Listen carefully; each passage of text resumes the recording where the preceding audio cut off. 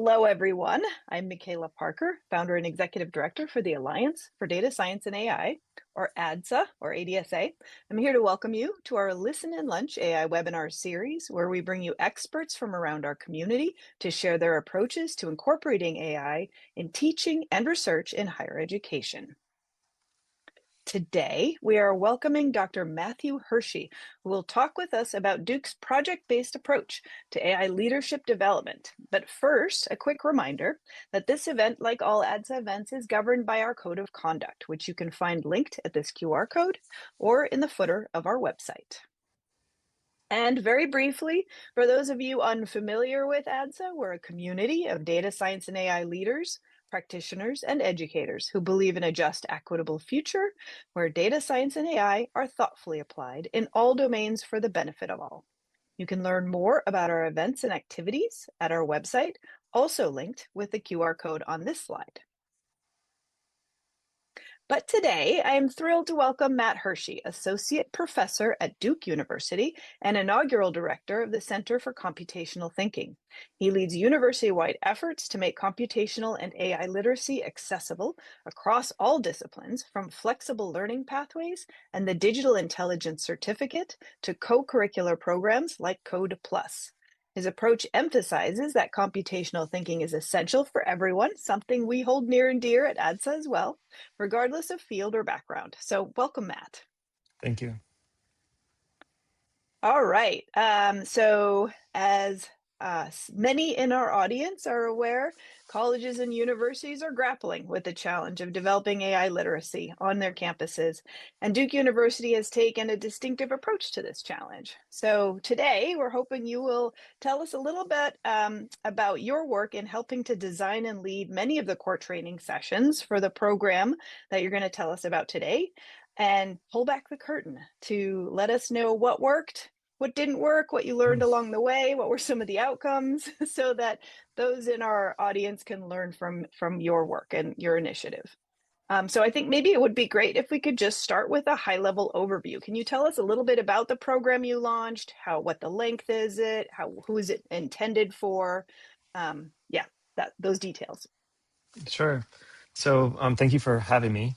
And I'm eager to tell you a little bit about this unique program that we have focused on AI literacy for our academic leaders. Now, the center that I lead, called the Center for Computational Thinking, has done a lot of work thinking through first data science and more broadly, what are the computational literacy based concepts and tools that students, staff, faculty need. And we then were focused maybe 2.5 years ago on running our first AI summit at Duke. And this AI summit at Duke was started with this idea of bringing together a handful of leaders in order to take stock in what Duke does well and where our gaps are and so on.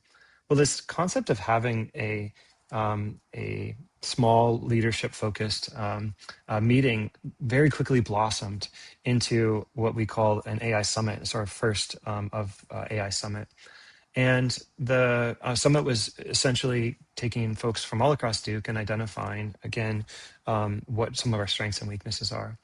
Immediately after that, the provost essentially had this idea. And the idea was to, I like to describe, to give the deans, primarily, the provost has what he calls his council. And the council is deans of our 12 different schools and other academic leaders across Duke University. And so I like to describe that he essentially assigned the deans summer homework. And so now this is approximately 12 months ago, around this time. And the idea was for the deans to participate in a workshop. And the workshop was going to be maybe a 2.5-hour workshop. And this was the kickoff event. And this happened in June of 2025. And the workshop, and so I was asked then to lead this workshop. And the workshop was essentially the kickoff, which then was going to be the ground level, zero entry introduction into AI and the concepts around AI in order to enable the deans then, and this is the summer homework part, to identify, build, and deploy an AI solution within their school. Yeah, that was the challenge. That's ambitious. It is. It Wow. is. And so, and so then I was tasked with this idea of how then do I develop a training program? Given we're now at the time we were 1.5 years into the sort of explosion that we call ChatGPT and the infusion of these tools. So there was a pretty wide range of AI literacy across this group, where some were, I mean, of course, everybody had heard of ChatGPT and other related LLM based generative AI tools, but some of them were all in, early adopters, and some of them were quite recalcitrant. In fact, some of our deans were leading schools that had very explicit no AI policies. And so we have everyone in between. And so I took essentially the challenge was to create this workshop. And I can tell you a little bit more about what we did. But to give you an overview, in a sense, we then ran this first workshop. And the workshop then concluded, and I think it was generally a success. And the idea was then to have summer office hours that was going to allow the deans and maybe some of their own council to have support throughout the summer. And you asked for pulling back the curtains. And so, to be completely candid, the first office hours did not go well. And so, Like no one showed up, or it was just no, the everyone showed opposite. up. Everyone showed up. Now, I won't sort of throw anybody under the proverbial bus, but I did not lead that session. But the challenge, though, was, I think, the lack of specificity. And so in the first workshop, we had a combination of both fundamental understanding of how some of the technology works, but then very quickly, how can I apply this to my domain? And because we have Nicholas School of the Environment, we have the Pratt School of Engineering, we have Trinity, which is our arts and sciences. We have schools with broad range. We have professional schools, broad range of disciplines and areas of expertise. And so, so the possible summer homework project was going to be very different theoretically across these different schools. So I think that the first office hours was was a bit of a failure because it was too generic. It didn't have the specificity that allowed the participants to insert their problem or their project into this. And so then we followed up. So I was then asked to come back and lead another session, and so I sort of built upon the work that we did that balanced both the fundamental understanding. I want to explain how this technology works, and then the workshop sort of hands-on component of this is then how you can put your hands on your keyboard in order to follow along and build. And so it was supposed to be a summer project. And they were then, end of the summer, going to have this readout. Well, two things we realized at the time. The first was that we need more time. And so then they said, well, maybe we'll have an end of year readout in December. And they asked me then to continue throughout the fall of this past academic year. And so we then had essentially monthly training sessions with the provost and his academic provost leadership council that then scheduled essentially monthly training sessions. Again, this sort of combination. And we had this culmination in December where all of the deans then read out. And that was my favorite session, partially because I was a participant. I wasn't the leader in this one. But then also it was exciting to see these academic leaders present what they built and how they built it and sort of what they were thinking about next steps. And there were different capacities of the different leaders, of course, with time and constraints, but then also with the scope of the challenge. we had a lot of um, deans who were making something that looked like chatbots across documents. Like, how do I create a tool that would allow my faculty to identify the procedures or policies for X, Y, or Z? So if you're going a sabbatical, what does that look like? Or if I need a leave, what does that look like? And so on. Like, Right. these are very deep documents that these RAG-based chatbot systems can surface quickly, and so on. So we had an opportunity for the group to share to the group, and so this was all, I think, a pretty safe sort of closed space where they had all been going through this journey for 6 months together, and they were reading out together. And then finally, just to give you the rest of the context for the overview, I was then asked again to continue this. It was going so well, and so we then decided to have sessions all through this past semester. And our final then session was last month, with the culmination this month of we're having, coincidentally today, I mentioned earlier to you offline that we have our now third AI summit at Duke, and that's happening today. But so essentially, we've had a year-long academic leadership program that was a monthly meeting of these leaders. And I think that one of the last things I'll say about this part is that one of the deans shared with me that her her immediate sort of chief of staff and some of the people, the administrators supporting her, and the faculty around her were a bit jealous and surprised that she was able then to have this training, and she now knows more. Sort of, it flipped the usual like trickle up the information to the leader, where instead this is now trickling down. And so I think that that was a good, at least indication, or a good readout that there was some success in this program. That is so cool. So just quickly, because you mentioned the summit that you're at right now, so are any of the deans doing any kind of readout or lightning talk on their projects? We talked about it, and so what we have then, the short answer is no. So we talked about having something explicit and formal, but what we ended up Mhm, deciding to do with this year's summit was to focus on education. And so mhm, we've done now a year long.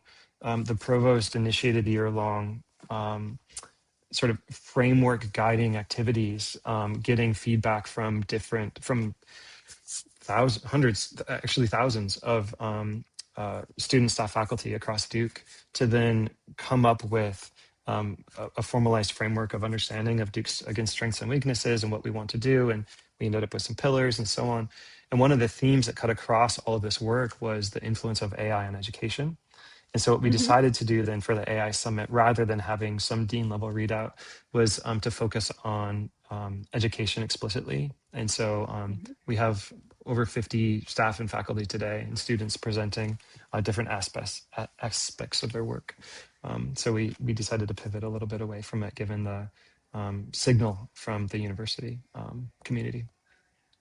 Yeah, yeah, that makes sense. So, just digging a little bit more into this first year, um, you mentioned that it was kind of like 3 deadlines almost? It was like end of the summer? No, not quite. End of this end of Yeah. I guess end of the calendar year kind of worked, but then you mentioned you kept going. So were the same people working on those same projects again, or did they have were you expanding their, I guess, like, technical repertoire? What happened between sort of that December readout and now? Mhm. Yeah. I think that the focus of the sessions continued to teach and share some of the rapid ongoing progress in this AI Mhm, space. And so we certainly had a lot of continued just fundamental concepts of new things that are being developed. mhm, Now, what we ended up seeing is kind of a bifurcation. In some cases, the end of the year readout that we had of this academic year, we had some of the leaders, the academic leaders, were further developing and more deeply developing mm, the idea that they started. And we had projects with varying degrees of completion. Um, I won't say that they asked for an extension, but but the idea of this is what I'm building, but it's not quite sort of ready for production or something. Sure. Um, Hmm. so we had varying degrees. So in some cases, the academic leaders were able to go more like develop more deeply some of the ideas of the what they wanted to build. In other cases, we had academic leaders who presented like three brand new, discrete, disparate projects that were not necessarily related, but just things that they were Hmm. excited about and experimenting and so on. And some of those then were based on the newer concepts. So thinking about agentic AI and how agents Right. then can um, plan, act, and observe sort of in this loop readouts and so on. And so Hmm. some of these are building agents or in collaboration. There was one other piece I think that was important along with this activity that the academic leaders were doing, which is we have now a very long document of essentially project support requests from across, primarily across the deans and then trickle down into their units, where Hmm. essentially we are asking, what would you want to build? What do you need help with? And some of these have been prioritized from like the university level. And so what that Right. means then is there's no shortage of ideas of what to build, and we can then say, well, all of these then would be satisfied. It's like the same request with, like maybe that chatbot example. It's Right. like the same request with a different document like source or something. But Right. this is a different. So I think that this then has inspired some of the academic leaders to then, well, here are my 10 ideas of what I'd love to build, and here are some of the ones that I've started with, and this is how we get Hmm. this sort of fun and exciting experimentation from the academic leaders. Yeah, yeah, absolutely. And I want to dig in a little bit more onto the structure and dealing with different deans experience levels, but there's already a question in the chat and it is at kind of that higher provost level. So I'm going to go ahead and let you take that one now. This person is asking or saying if that they're curious if you can speak to what your provost did to generate buy-in for sustained engagement by all the deans. And I think my this is also related to the question I had, which was like, how did you establish a cadence that allowed it to fit in the busy? I mean, we all know deans are incredibly busy, so it's kind of the same. Like, get the provost to get by. How did the provost get buy-in? But then also, how did you keep that engagement sustained? Yeah, I think that one of the keys for success was taking advantage of a time slot that the provost already had with the deans on his calendar. So this is his cabinet. Oh. And the cabinet meets with the provost already anyway. And Hmm. so what we can do is usurp, slightly take advantage of this calendar block that's already happening. So as far as the scheduling goes, this was an easier because there was already an explicit request slash expectation for these members to be part of the provost cabinet and therefore meet with some regular cadence anyway. But that doesn't necessarily generate buy-in, Right. right? And that just says, okay, we have overcome the scheduling challenge or scheduling Yeah. hurdles. Yeah. Um, so I think the thing though that generates the buy-in, I think, is twofold. One is the expectation from the provost. I'm not a provost, but I assume that with that title and responsibility comes with ability to make some expectations. Like I expect you to come and learn and have an open mind. I mean, we're all academics at the end of the day, and really, the framing is not I want you to be an AI maximalist who's going to then adopt and embrace and so on.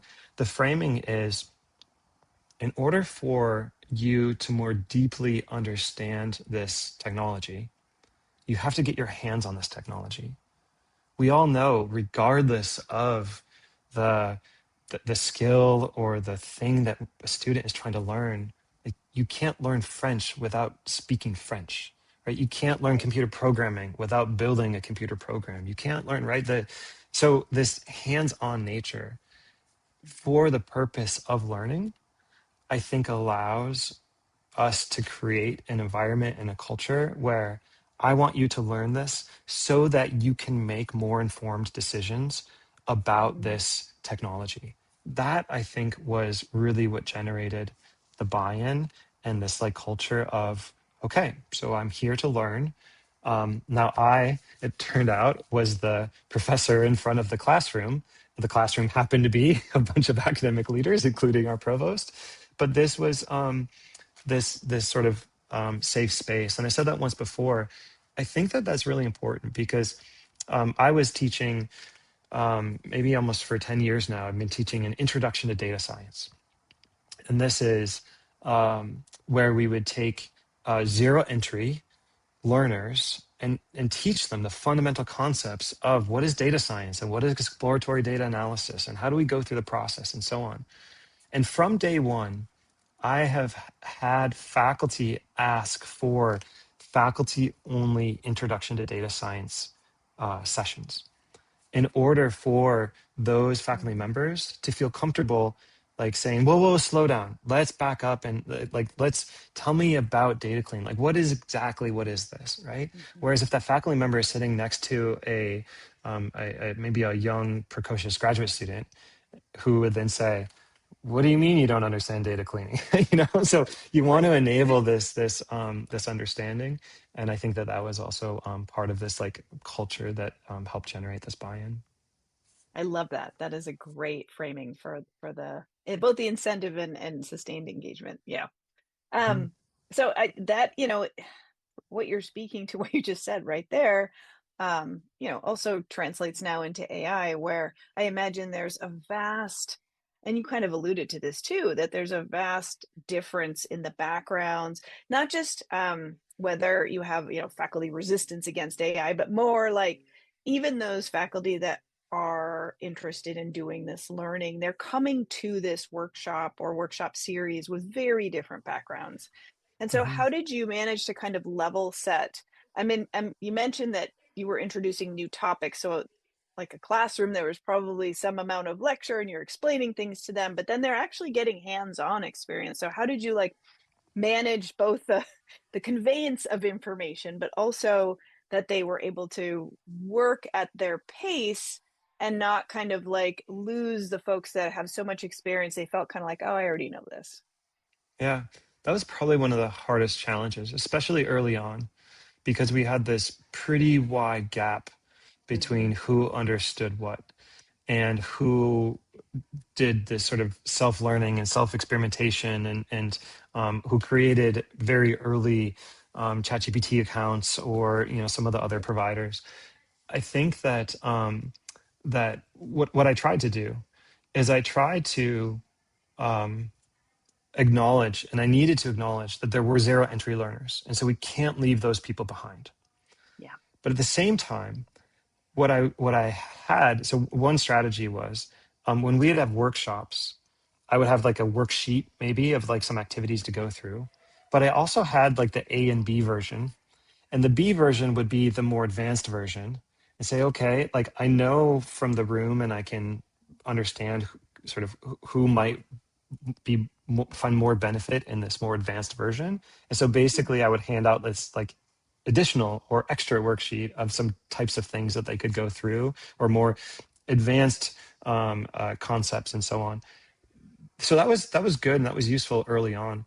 But it turned out like when we got through some of the fundamental of how the technology works, then the conversations and the classroom topics shifted from some of the ethical quandaries around its use. Should I use it? Should I not use it? What are the use cases where some of these AI-based tools are helpful? We need to think about the what I call stakes, as is a high stakes or low stakes, sort of use case or decision-making process, and so on. And so, regardless of your background and where you come to this, I think that you can have these conversations around like this is what I think about when I'm thinking about using an AI-based tool or not, and so on. So Mm. all that is to say that challenge is very relevant early on, but as soon as we got everyone up to essentially a certain level of understanding, then we could have sort of this general conversations that were much more useful and less dependent upon your level of expertise. then Right. finally, when we started getting to some of the cutting edge, like things that are happening in the news and helping like interpret those things, that's new for everybody. But when we base that on what we talked about 3 months ago, right? When I tell you about this concept of these agents that are called open claw, well, these are agents. We talked about agents 3 or 4 months ago, but this is the current implementation of that and how it's playing out. So we can tie some of these things together and sort of reinforce. And so all of that is to say, it was a tremendous challenge early on. But as we progressed through, we got everybody essentially up to the level that we could have an engagement across the group. That's amazing. That's fantastic. I mean, yeah, that I imagine that also makes people feel less like an imposter, like the imposter syndrome, right? So that everybody sort of feels like they're kind of at the same place then. Yeah. And I love your A and B examples. We are starting to already run out of time, which just baffles me how fast this goes. So I want to say to the audience, if you have a question, please drop it in the chat and we'll try to get to it.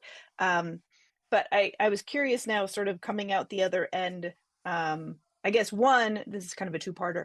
Are you thinking you'll run this again for another group or cohort for the coming year? You mentioned that at least one of the deans had folks close to them that really were jealous and wanted something like that. Would you open that up to others? And then the second part is, um, in terms of outcomes, would you say like majority, all, most, some of the folks who participated this year will carry forward their projects, or how much of it is sticking, I guess is kind of the question there. Yeah. So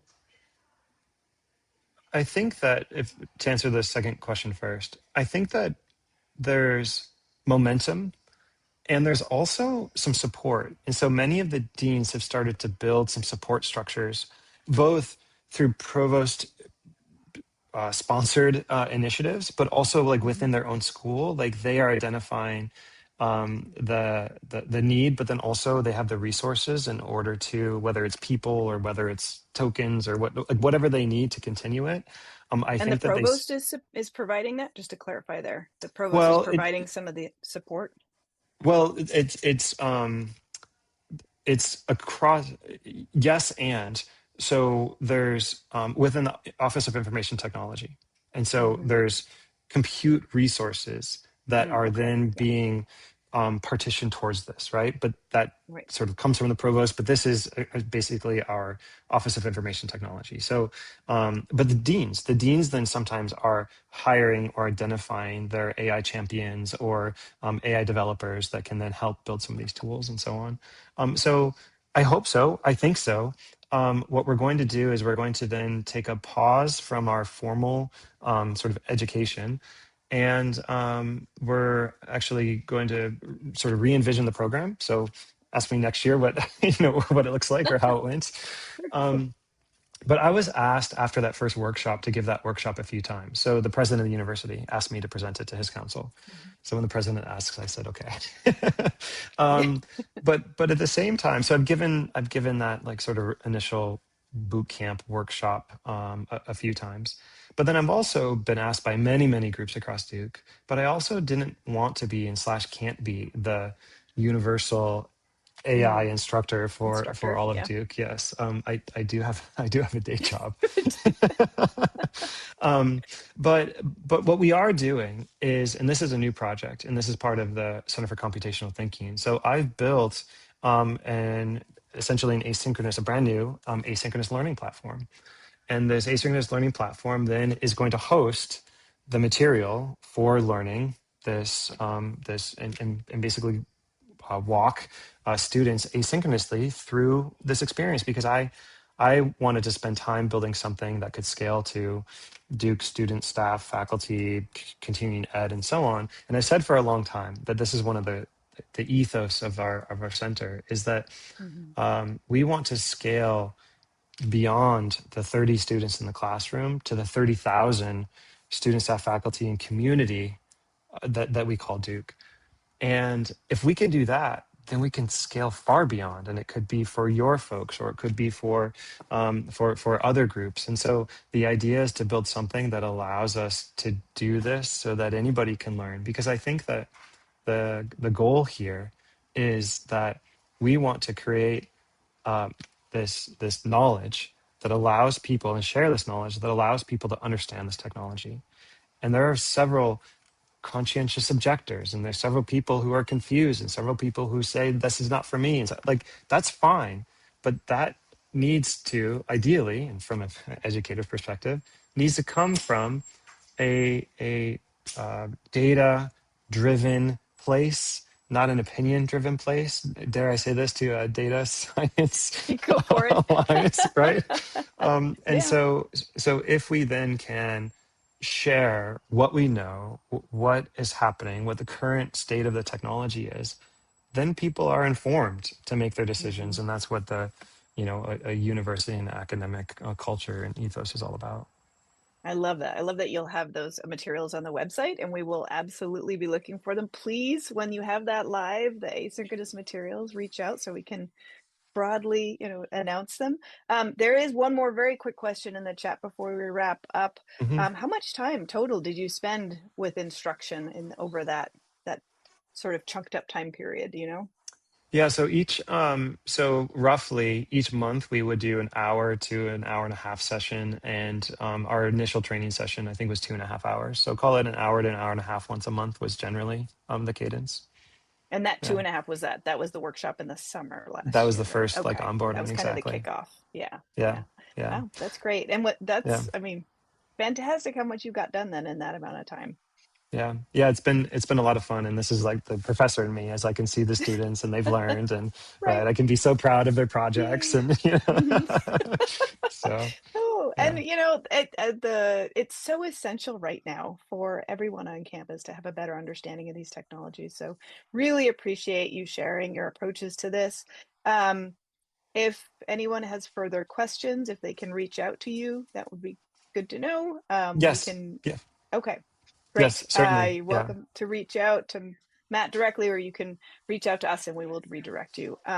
Yeah, thank you so much for taking your time. I know you're in the middle of a summit right now, so I don't want to take you any longer away from that. okay, Very much appreciate your time, and all right, yeah, thanks for sharing your insights. all right, Have a thank you, good Michaela. rest of your conference. Bye, All righty, everyone. bye bye.